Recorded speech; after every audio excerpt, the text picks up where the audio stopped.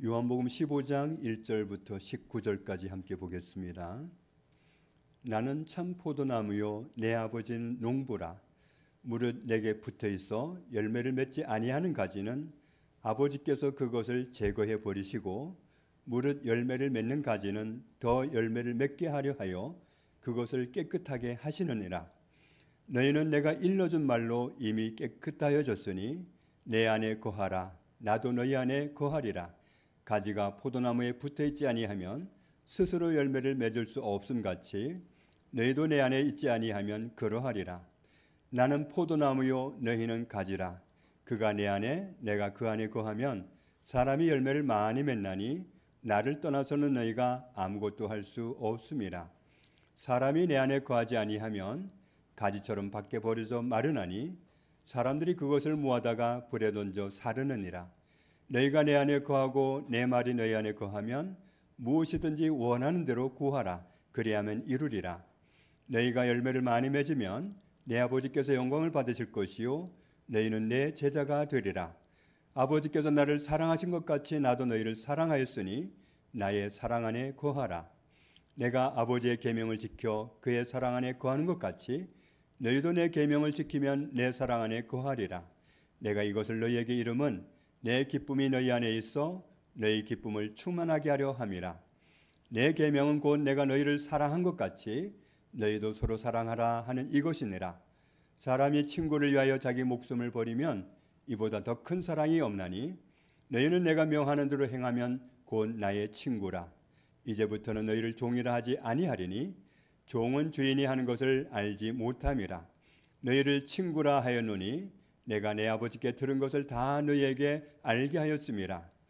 너희가 나를 택한 것이 아니요 내가 너희를 택하여 세우나니 이는 너희로 가서 열매를 맺게 하고 또 너희 열매가 항상 있게 하여 내 이름으로 아버지께 무엇을 구하든지 다 받게 하려 함이라. 내가 이것을 너희에게 명함은 너희로 서로 사랑하게 하려 함이라. 세상이 너희를 미워하면 너희보다 먼저 나를 미워한 줄 알라. 너희가 세상에 속하였으면 세상이 자기의 것을 사랑할 것이나 너희는 세상에 속한 자가 아니요 도리어 내가 너희를 세상에서 택하였기 때문에 세상이 너희를 미워하느니라. 아멘.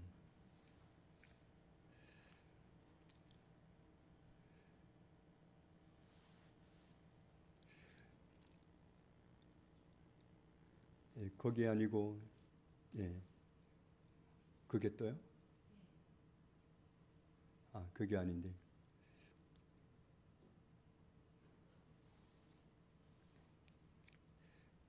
원래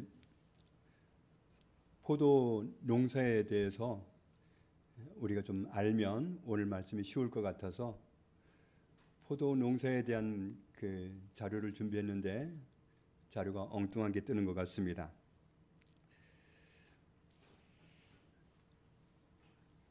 전북 고창에서 2022년도에 어느 농부가 유기농 농사를 지었는데 나무 한 그루에 4,500송이가 달렸답니다. 그 포도나무가 얼마나 큰지 그 포도나무가 차지하고 있는 땅 면적이 302평이 넘는답니다. 그런 어마어마한 그런 열매가 달린 그런 경우가 있었습니다. 포도 농사를 지는 사람은 누구라도 그렇게 많은 열매를 얻는 농사를 짓고 싶어 합니다. 좋은 포도를 얻고 싶은 사람은 주로 1월 달에 가지치기를 합니다. 그래서 가지치기를 하는데 가지치기는 아무 때나 하면 되는 것이 아니라 1월 정도가 적당하다고 그래요. 미리 하면 포도나무에 나뭇잎이 붙어 있고 그런 상태에서 가지치기를 해버리면 그러면 영양분이 그 가지에도 있는 상태에서 자르는 것이 돼가지고 가지가 죽는답니다. 그러면 열매를 맺지 못하는데 1월달 정도가 되면 나뭇잎도 하나도 없고 그래서 모든 영양분이 뿌리로 다 내려간 상태랍니다. 그런 상태일 때 가지치기를 해줘야 나무가 죽지 않고 좋은 열매를 맺을 수 있는 그런 여건을 만들 수 있답니다. 포도 농사를 하는 입장에서 보면 우리가 그 가지치기 하는 모습을 볼 때 이해가 좀 안 됩니다. 왜냐하면 멀쩡한 가지를 자르거든요. 아니 가지를 하나라도 더 살려둬야 더 많은 열매를 맺지, 우리 이렇게 생각을 하는데 그런 것이 아니라 이 가지가 많으면 뿌리에서 올라오는 영양분을 모든 가지로 다 보내다 보면 그러면 포도 열매를 튼실하게 맺을 수가 없답니다. 그래서 좋은 포도나무 열매를 맺으려면 적당한 곳에 가지치기를 해줘서 잘라줘야, 차단을 해줘야 그 영양분이 포도로 가가지고 포도가 알차게 열리는 그런 결과를 가져올 수 있다고 합니다. 그리고 포도나무는 묵은 가지에서 열매를 맺는 것보다는 새로운 가지가 올라와서 그 새로운 가지에서 열매를 맺는 그런 특성을 가지고 있습니다. 그래서 포도 농사 짓는 농부는 나름의 노하우를 가지고 어떤 가지를 살려두고 어떤 가지를 쳐야 될지 이것을 노하우를 가지고 작업을 해야 됩니다. 포도나무 가지 숫자만 많아가지고는 영양분을 다 보내느라고 좋은 열매를 맺을 수가 없게 되기 때문입니다. 그래서 그렇게 1월 달쯤에 가지치기를 해놓고 봄 되면 파릇파릇하게 나뭇잎도 생기고 열매들이 올라오지 않겠습니까? 그러면 그 시기에 농부가 또 한 번 가지치기를 합니다. 그래서 서 있는 그런 가지 중에서 열매가 달려있지 않은 가지가 있어요. 그러면 그 가지를 쳐버립니다. 그리고 그 나무 순을 쭉 따라 올라가가지고 대략 8, 9마디 지나가는 그런 순은 끝에서 또 잘라줍니다. 그 목적도 그 순이 계속 뻗어가는 그걸 용납해 두면 영양분이 그리로도 뻗어가느라고 열매를 맺을 수 없기 때문에 그걸 순을 잘라준답니다. 그리고 열매가 맺혀 있지 않은 그런 가지도 잘라주는 이유가 열매 있는 가지로 영양분이 가서 포도가 풍성하게 맺히게 하려면 그런 쪽으로 영양분이 새지 않도록 차단을 해주기 위해서 그렇게 한답니다. 그렇다고 해서 모든 가지를 다 잘라주는 게 아니고 모든 순을 다 잘라주는 게 아니고 노하우가 있어가지고 그 노하우대로 하는 거죠. 포도가 열리지 않는 가지는 잘림을 당합니다. 영양분이 그리로 가지 않도록 차단하기 위해서 그렇게 하는 거죠. 그런데 농부가 포도나무 잎은 자르지 않더라고요. 포도나무 잎은 크잖아요. 자리를 많이 차지하고 큰데, 그런데 어떤 농부도 포도나무 잎은 자르지 않습니다. 포도나무 잎이 모든 식물의 잎이 하는 역할이 있기 때문에 그렇습니다.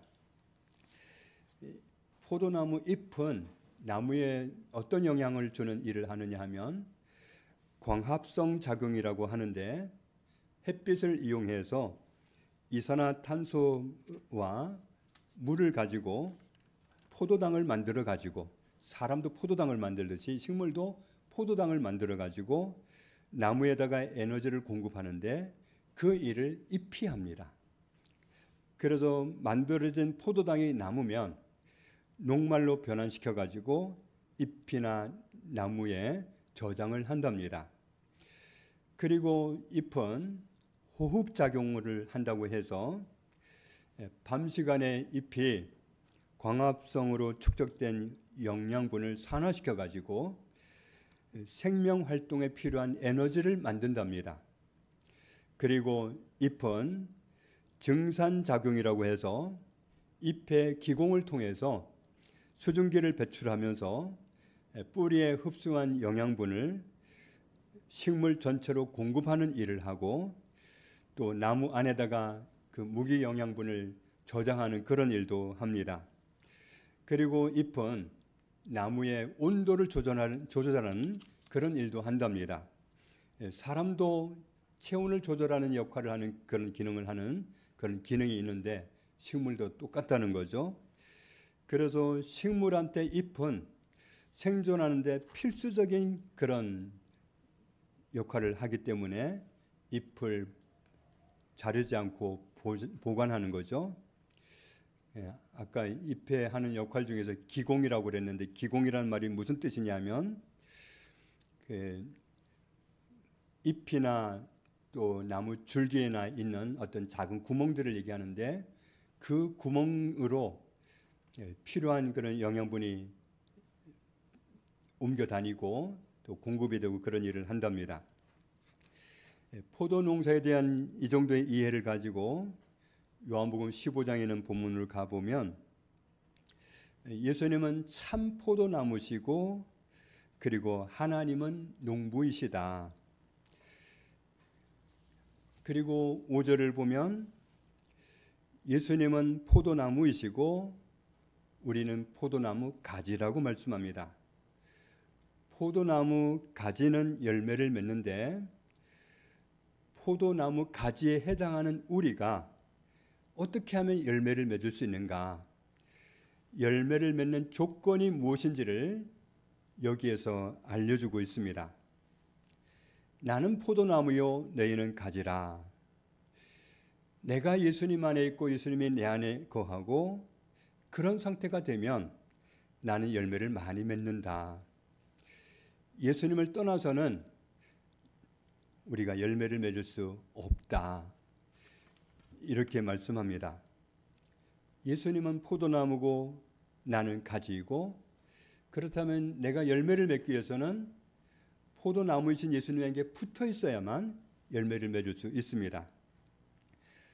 하나님은 우리가 하나님의 사람으로서, 하나님의 아들로서, 또 하나님의 사람으로서, 하나님 나라 자녀로서 열매를 맺기 원하시는데, 우리가 하나님이 원하시는 열매를 맺으려면 어떤 조건 가운데 있으면 되느냐 하면, 나는 포도나무요 너희는 가지라 말씀하셨으니까 가지가 열매를 맺기 위해서 포도나무에 붙어 있어야 되는 것처럼 나 또한 예수님에게 붙어 있어야, 예수님과 함께 있어야 그래야 열매를 맺을 수 있다는 사실을 알 수 있습니다. 우리가 예수님을 내 안에 모셔드리게 되면 예수님이 내 안에 계시게 됩니다. 예수님을 내 안에 모셔드리면 그때부터는 이게 좀 혼동이 됩니다. 어떻게 혼동이 되느냐 하면 예수님이 내 안에 계시는 건지 내가 예수님 안에 있는 건지 혼동이 됩니다. 그게 그겁니다. 내가 예수님을 모셔드리면 예수님이 내 안에 계시게 되고, 또 반대로 내가 예수님 안에 있는 것이 되고, 그렇게 됩니다. 우리가 예수님을 모셔드리면 예수님은 우리를 떠나지 않는다고 말씀하셨습니다. 히브리서 13장 5절을 보면 돈을 사랑하지 말고 있는 바를 족한 줄로 알라. 정말 우리가 살아가면서 돈이 필요한 것 때문에 때로는 심각해지기도 하고, 그 돈 때문에 참 많은 그런 고민을 하게 되기도 하는데, 그런데 있는 거 가지고 족한 줄로 알라. 왜냐하면 돈을 가지고 계시는 분, 돈을 공급하시는 분이 말씀하시기를 같이 있습니다. 그가 친히 말씀하시기를 내가 결코 너희를 버리지 아니하고 너희를 떠나지 아니하리라 하셨느니라. 주님은 우리를 떠나시지 않습니다. 주님은 우리를 버리시지 않습니다. 우리가 예수님을 모셔드리면 그때부터 줄곧 예수님과 함께 가는 겁니다. 그래서 우리 평생토록 우리는 예수님과 함께 거하게 되고 예수님과 함께 살게 됩니다. 그래서 우리가 포도나무이신 예수님에게 붙어있는 상태가 되었기 때문에 열매를 맺는 삶을 살아갈 수 있게 된 것을 알 수 있습니다. 포도나무에 붙어있던 가지가 주인에 의해서 분리돼 버리면, 잘라져 나가면 열매를 맺을 수 없습니다. 예수님과 함께 살아가는 사람이 열매를 맺게 되었는데, 하나님이 원하시는 열매를 맺으려면 우리가 예수님과 함께 살아야 됩니다. 요한복음 15장 2절을 보면 예수님에게 붙어 있어도 열매를 맺지 않은 가지가 되면 제거를 당할 수 있다. 이렇게 말씀합니다. 예수님을 모셨는데도 열매를 안 맺을 수 있다는 거죠.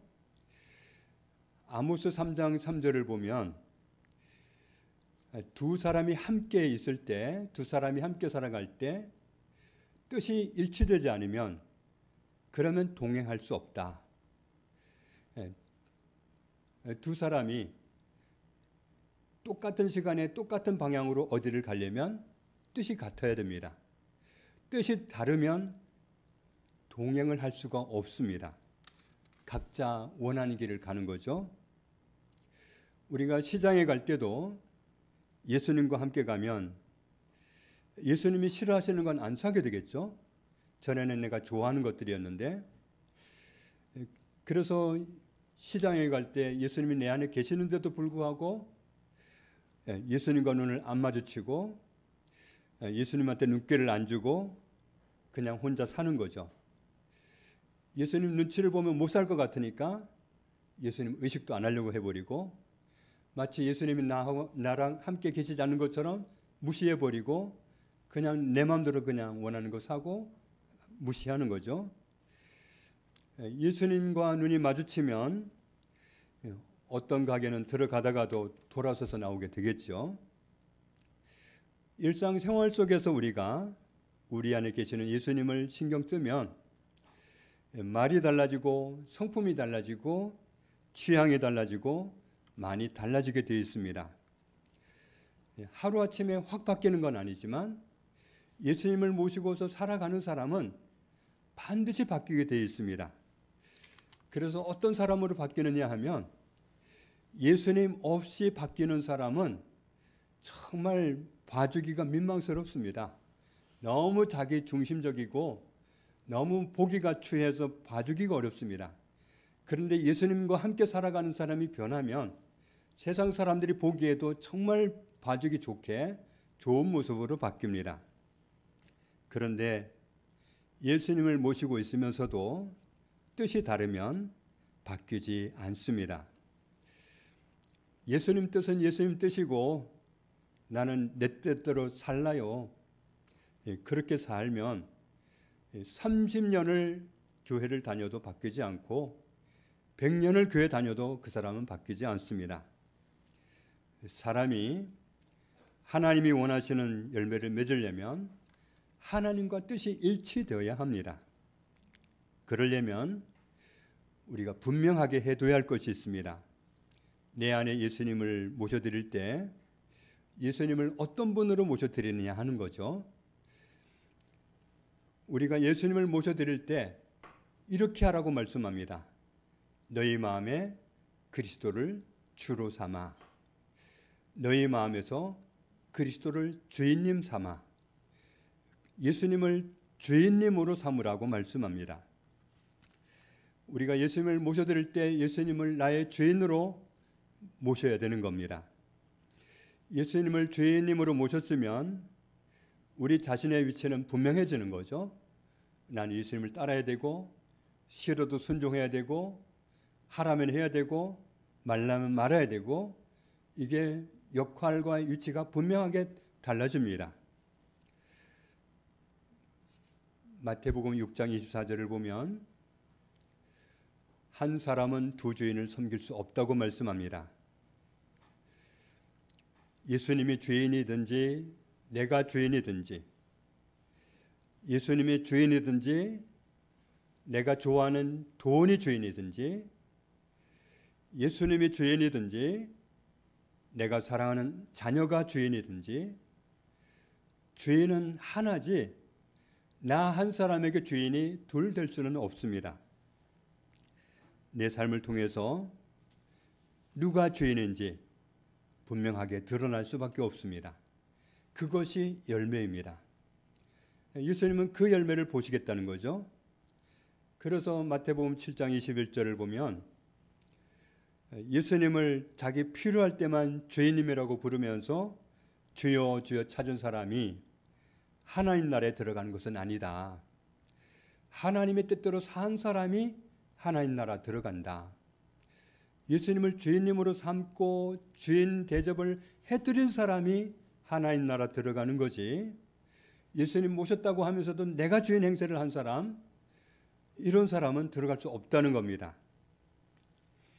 마태복음 5장 16절을 보면 우리가 하나님의 뜻대로 살면 사람들이 우리 속에 계시는 하나님을 보게 됩니다. 그래서 우리 때문에, 나 때문에 사람들이 하나님께 영광을 돌리게 됩니다. 우리가 살아가는 모습이 다른 것을 보고 아, 예수님이 계셔서 그렇구나. 아, 하나님이 계셔서 그렇구나. 아, 하나님이 계시네. 저 사람을 보니까 하나님이 계시네. 이러면서 하나님께 영광을 돌리게 되는 거죠. 그런데 우리가 주인의 뜻대로 살지 않으면 주인이 나타날 방법이 없는 거예요. 언제나 내가 나타나니까 내 안에 계신 주님이, 하나님이 나타나지 않는 겁니다. 그러니까 사람들이 내 안에 계신 하나님을 못 보는 거예요. 내가 하나님께 순종하고 하나님 뜻대로 살 때 그때 사람들이 내 안에 계신 하나님을 보는 거지, 내가 따르지도 않는 주님을 사람들은 보지 못하는 겁니다. 내가 주님을 주님으로 섬기고 따를 때 세상 사람들이 내 안에 계시는 주님을, 하나님을 보게 되고 살아계신 하나님께 영광을 돌리게 됩니다. 오늘날도 우리 믿는 사람들이 다 하나님을 이렇게 섬겼다면 우리의 위치는 굉장히 다를 겁니다. 세상 사람들이 보는 그리스도인은 정말 인정받을 사람들이 될 것이고 정치인들도 교회를 다르게 볼 겁니다. 그런데 교회를 우습게 알고 믿는 사람들을 무시하는 이유는 우리가 다 내 안에 계신 주님을 주인님 되시지 못하도록 내가 주인 행세를 하고 살았기 때문에, 그래서 사람들이 내 안에 계신 주님을 못 봐서, 내 안에 계신 하나님을 못 봐서, 그래서 우리를 보고 하나님을 못 봤기 때문에 믿는 사람이나 안 믿는 사람이나 똑같다고, 지난해나 똑같다고 그러면서 욕하는 겁니다. 고린도전서 6장을 보면 예수님을 모셨으면 예수님이 내 안에 계시고 성령님이 내 안에 계십니다. 하나님이 계시는 곳이 성전이니까 성령님이 내 안에 계시면 내가 성전입니다. 우리가 조금만 깊이 생각해 보면 나라는 사람이 내 것이 될 수가 없습니다. 오늘 말씀에 분명히 말씀하기를 너희는 너희 자신의 것이 아니라, 왜냐하면 값으로 샀기 때문이다. 예수님이 우리를 피로 값주고 사셨기 때문에 나를 사주신 분의 것이지, 내가 나는 나니까 내 거다, 내 인생은 내 거다, 그건 아니라는 겁니다. 내가 그리스도에 의해서, 그리스도가 사주셔서 그리스도의 것이 되었지 내 것이 아니기 때문에 이렇게 말씀합니다. 예수님이 어둠에 팔려있던 우리를 사주셨고 사탄에게 팔려있던 우리를 사주셨습니다. 그렇기 때문에 우리는 예수님 거지 하나님 거지 내 거가 아닙니다. 내 인생 내 건데 내 마음대로 해야지 왜 내가, 이건 옳지 않은 얘기입니다. 하나님이 나를 사주셨다는 얘기, 예수님이 나를 사주셨다는 얘기를 부인하면 그런 얘기가 되는 거지, 그리스도가 팔려갔던 나를 사주셨다는 사실을 알면 절대로 우리가 내 인생은 내 거다고 말할 수가 없습니다.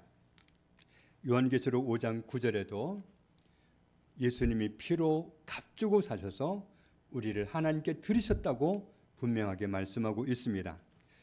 그래서 고린도전서 10장 23절을 보면 우리가 정말 우리 이 세상을 사는 동안에 어떻게 살아야 할 것을 말씀하고 있는데, 우리가 하나님의 뜻대로 살아야 되는 것을 말씀합니다. 마태복음 12장 33절에도 보면 우리에게 이렇게 말하라고 말씀하고 있습니다. 나무가 좋고 열매도 좋다 말하든지, 나무도 나쁘고 열매도 나쁘다고 말하든지 그렇게 말을 해야지 다르게 말하지 말아라. 나무가 좋으면 열매도 좋다. 나무가 좋지 않으면 열매도 좋지 않다. 우리가 좋은 열매를 못 맺는다면 뭔가가 잘못된 겁니다. 내가 가지고 예수님이 포도나무라면 그러면 좋은 열매를 맺을 수밖에 없는데 뭔가가 잘못된 겁니다. 예수님이 좋은 나무인데 내가 거기에 붙어 있지 않거나 내가 예수님을 모시고 있다고 하지만 아직도 내 뜻대로 살고 있거나 그런 우리는 좋은 열매를 맺을 수가 없는 겁니다. 로마서 6장 20절을 보면 우리가 그리스도의 종 하나님의 종으로 살지 않으면 죄의 종으로 살게 되고 죄의 종으로 사는 사람은 좋은 열매를 맺을 수 없다고 말씀합니다. 우리가 예수님을 주인님으로 모시고 예수님과 함께 살아가는 삶을 살면 그러면 우리는 열매를 맺을 수밖에 없고 그 결과는 영생을 누리는 것, 그런 은혜가 주어집니다. 갈라디아서 5장 19절 20절을 보면 자기가 주인 되고 자기를 위해서 살면 우리는 하나님이 원하신 열매를 맺을 수가 없습니다. 하나님이 원하는 열매를 맺지 않게 되면 하나님의 나라를 유업으로 받을 수 없다고 말씀합니다. 우리가 누가 주인인지를 분명히 하면 우리는 성령님의 인도를 받게 되고 내 안에 계시는 성령님이 원하시는 열매를 맺고 살게 됩니다. 그 열매로 우리가 누구에게 속한 사람인지, 누구의 열매를 맺고 있는지, 좋은 열매를 맺는지 나쁜 열매를 맺는지 그것이 결정된다는 사실을 말씀하고 있습니다. 에베소서 5장 8절 이하에 보면 우리를 빛의 자녀라고 말씀하시고 우리는 그렇기 때문에 빛의 열매를 맺어야 된다고 말씀합니다. 그리고 우리에게 당부하시는 말씀이 주인님을 기쁘시게 하는 것을 염두에 둬라. 주인님을 기쁘시게 하는 것이 너의 삶의 목표가 되도록 해라. 주인님 앞에서 주인님의 눈치를 보고 그리고 주인님을 의식하고 주인님을 따르는 그런 삶을 살지 않으면 그 삶의 열매들은 부끄러운 것이 된다. 그런데 성령님을 따르면 성령님이 원하시는 열매들을 맺게 되기 때문에 하나님을 기쁘시게 하게 된다는 사실을 말씀하고 있습니다. 요한복음 15장 4절 말씀을 보면 내 안에 거하라 나도 너희 안에 거하리라. 가지가 포도나무에 붙어 있지 아니하면 스스로 열매를 맺을 수 없음같이 너희도 내 안에 있지 아니하면 그러하리라. 우리가 예수님 안에 있으면 예수님과 함께 살아가면 열매를 맺게 됩니다. 가지가 포도나무에 붙어 있으면 열매를 맺듯이 주인님에 의해서 이건 가망이 없고 별로 좋은 영향을 주지 않기 때문에 자르겠다고 해버리면 잘라지면 몰라도 붙어 있으면 가지는 열매를 맺게 되어 있습니다. 요한복음 15장 6절을 보면 사람이 내 안에 거하지 아니하면 가지처럼 밖에 버려져 마르나니 사람들이 그것을 모아다가 불에 던져 사르느니라. 가지가 포도나무에서 가지치기를 당해버리면 잘라지면 그것은 더 이상 열매를 맺지 못할 뿐만 아니라 버려지게 되고 그것은 불 때는 도구가 될 뿐입니다. 7절 말씀을 보면 너희가 내 안에 거하고 내 말이 너희 안에 거하면 무엇이든지 원하는 대로 구하라. 그리하면 이루리라. 예수님 안에 거한다는 것이 무엇을 뜻하는 것인지 9절 말씀을 보면 아버지께서 나를 사랑하신 것 같이 나도 너희를 사랑하였으니 나의 사랑 안에 거하라. 아버지께서 예수님을 사랑하신 것처럼 예수님도 우리를 사랑하셨다. 그 사랑은 십자가에서 증명이 되었습니다. 사랑하시기 때문에 십자가에 달리신 겁니다. 베드로가 예수님을 잡아가려는 로마 군병의 귀를 잘라버렸을 때 예수님은 베드로를 만류하시고 잘라진 말고의 귀를 붙여주시면서 이렇게 하지 말아라. 너희가 이렇게 해버리면 이런 과정을 거쳐서 너희를 구원한다고 하신 하나님의 말씀이 어떻게 성취되겠느냐. 그렇게 제자들을 만류하시고 말고를 고쳐주셨습니다. 그것은 온 인류를 구원하시기 위해서 십자가를 감당하겠다는 표현을 그렇게 하신 겁니다. 그래서 아버지께서 예수님을 사랑하신 것처럼 예수님도 우리를 사랑하셨으니 우리도 그렇게 사랑하면서 살라고 하는 말씀을 하고 있는 겁니다.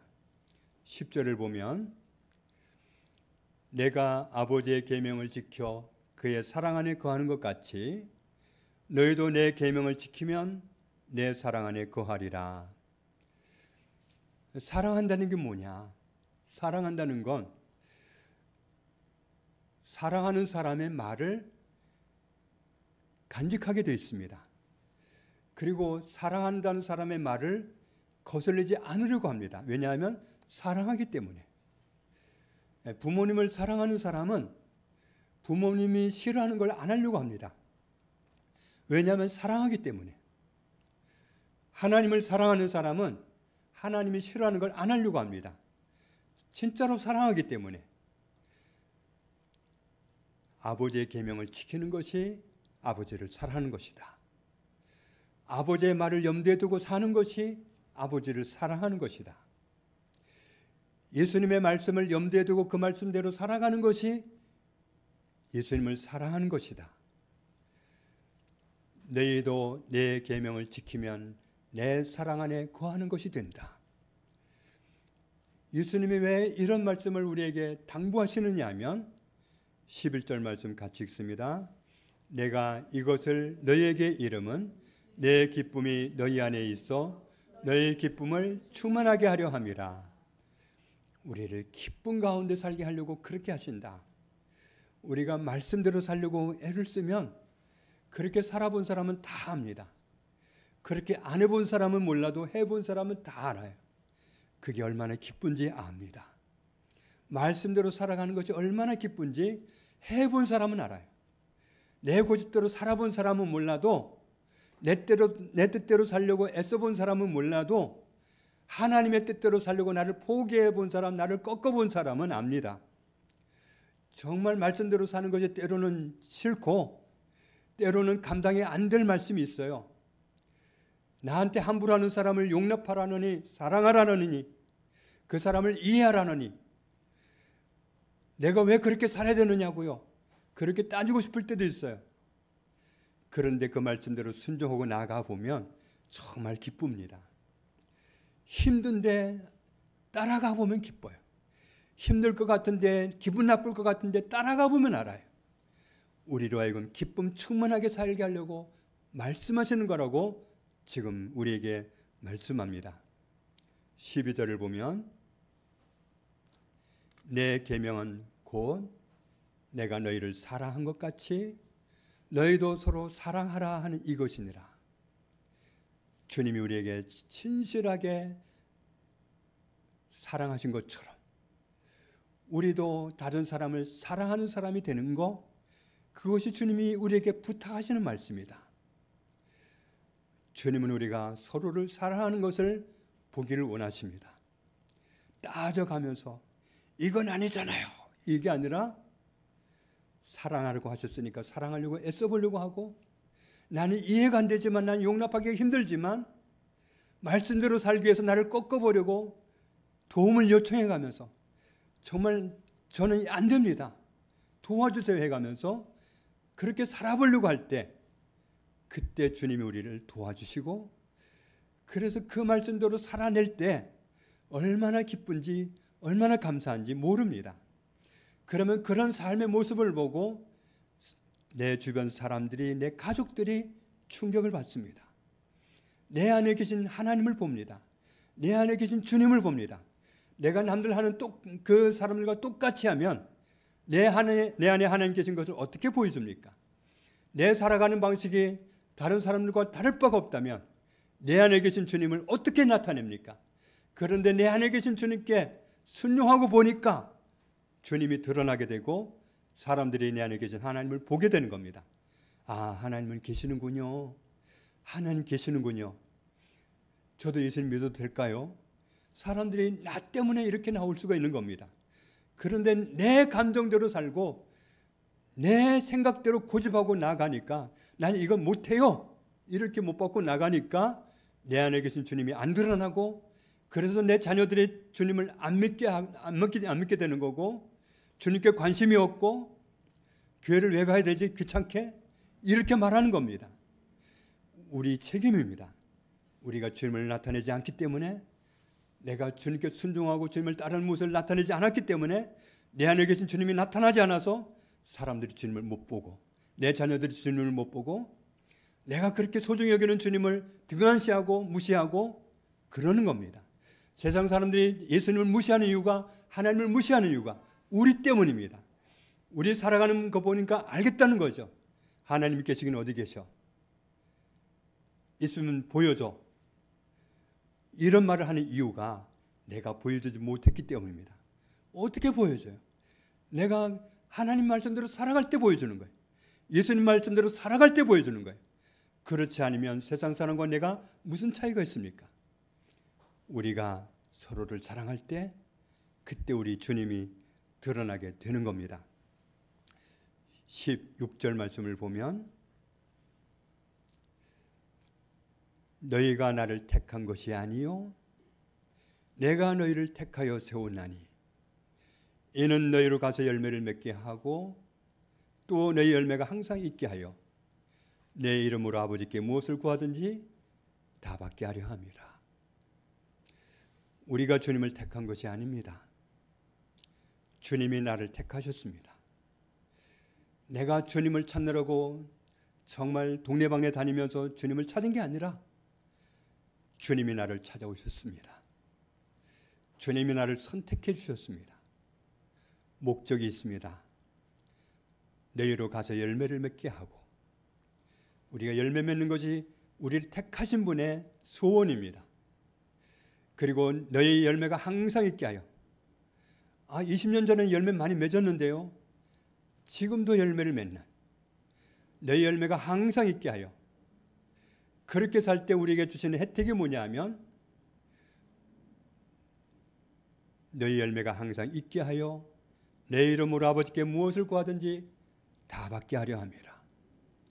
하나님을 누리고 사는 사람, 천국을 누리고 사는 사람, 하나님이 가지신 그 풍성한 것을 누리고 사는 사람, 이런 사람이 되게 해주시는 것이 주님의 소원입니다.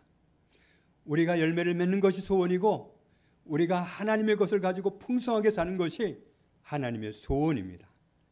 우리가 이 같은 열매를 맺고 살 때 이 같은 은혜가 주어진다고 말씀하고 있는 겁니다. 17절 말씀에 같이 읽습니다. 내가 이것을 너희에게 명함은 너희로 서로 사랑하게 하려 함이라. 예수님이 원하신 열매를 맺으려다 보면 결론은 하나입니다. 사랑하게 되는 겁니다. 사랑할 수 있는 사람을 사랑하는 건 사랑이 아닙니다. 하나님이 우리를 사랑하실 때 사랑할 수 있기 때문에 사랑한 게 아닙니다. 예수님이 나를 사랑하실 때 나를 사랑할 수 있기 때문에 사랑한 게 아닙니다. 우리 살아온 건 너무 추잡하고 너무 더럽고 내쳐야 맞는데 그런 추잡한 나를 살리시려고 다가오셨고 품어주셨습니다. 나 같은 죄인을 살리시기 위해서 십자가를 외면하지 않으셨고 십자가에 끝까지 버티고 달리셔서 죽으시면서까지 그 대가를, 그 죄의 대가를 그렇게 지불하시고 구원하신다는 약속을 지켜내시고 우리를 구원해내신 겁니다. 사랑할 수 있으니까 사랑하는 건 사랑이 아닙니다. 그건 하나님이 원하시는 사랑이 아니에요. 우리는 사랑할 수 있는 것만 사랑하려고 하지 않습니까? 그런 인간을 어떻게 사랑해? 쟤는 내 마음에 도대체 안 들어. 그런 게 아니라 서로 사랑하는 것을 보고 싶어 하시는데 그게 우리가 맺을 열매입니다. 우리가 말씀에 순종하다 보면, 그렇게 나가다 보면 결과는 나타나는 게 뭐냐면 서로를 사랑하게 되는 거예요. 한때는 내가 사랑하지 못했는데 사랑하게 되는 거. 그게 주님이 원하시는 열매를 맺고 있는 모습이에요. 19절 말씀을 보면 우리가 그렇게 살면 세상 사람들이 나를 좋아할 것 같지만 좋아하지 않습니다. 우리가 말씀대로 살려고 정말 하나님의 뜻대로 살려고 할 때 세상 사람들은 나를 이해해 줄 것 같지만 이해해 주지 않습니다. 왜냐하면 여기에서 말씀하기를 소속이 다르기 때문이다. 내가 하나님께 속해서 하나님 말씀대로 사는 것을 보고 세상에 속한 사람들은 나를 미워하고 싫어한다. 예수님도 그러지 않았느냐? 예수님이 세상에 속했다면 세상 사람들이 다 좋아했겠지만 예수님이 그들에게 속하지 않았기 때문에 세상 사람들은 그를 좋아하지 않았다. 마찬가지로 우리가 소속이 분명하게 하나님께 속해 있다면 우리는 하나님 뜻대로 살기 위해서 남다르게 살 것이고, 하나님 말씀대로 살기 위해서 나를 깨고 나를 부시고 나를 굴복시키고 때로는 정말 수치스러울 정도로 나를 깔아뭉개게 되고 그 자리로 나아가게 되겠지만, 세상 사람들이 인정해 주지 않아도 하나님께 인정받게 되고 우린 이 세상에서 하나님이 공급하시는 모든 것을 누리는 그런 사람으로 살게 되는 것입니다. 요한복음 15장 4절 5절 말씀 다시 보면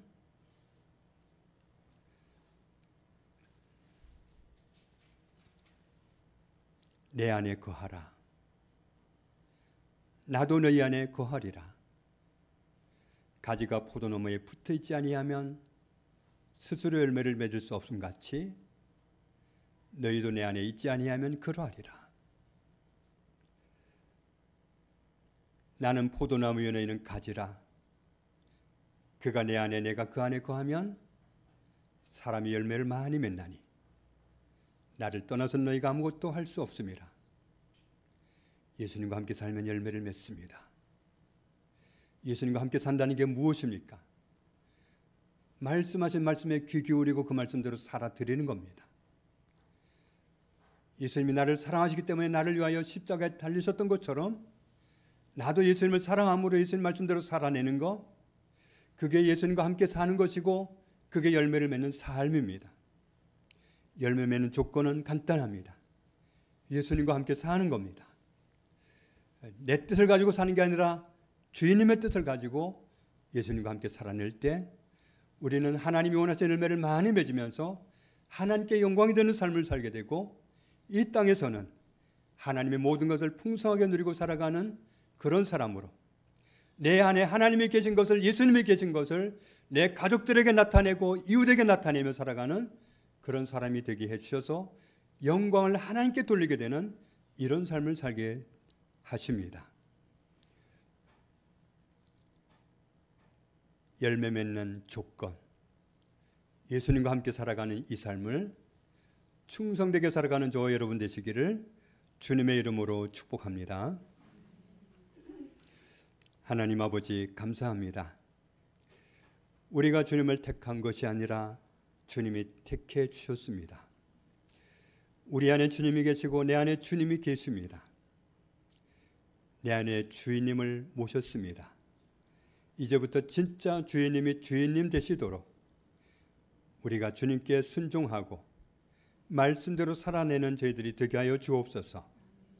내 뜻이 아니라 하나님 뜻대로, 내 생각이 아니라 하나님의 생각대로 살아가는 저희들이 되게 해 주시고, 이로써 마땅히 맺게 되는 열매를 맺으면서 살아가는, 열매를 많이 맺으면서 살아가는 저희들이 다 되게 하여 주옵소서. 예수님의 이름으로 기도합니다. 아멘.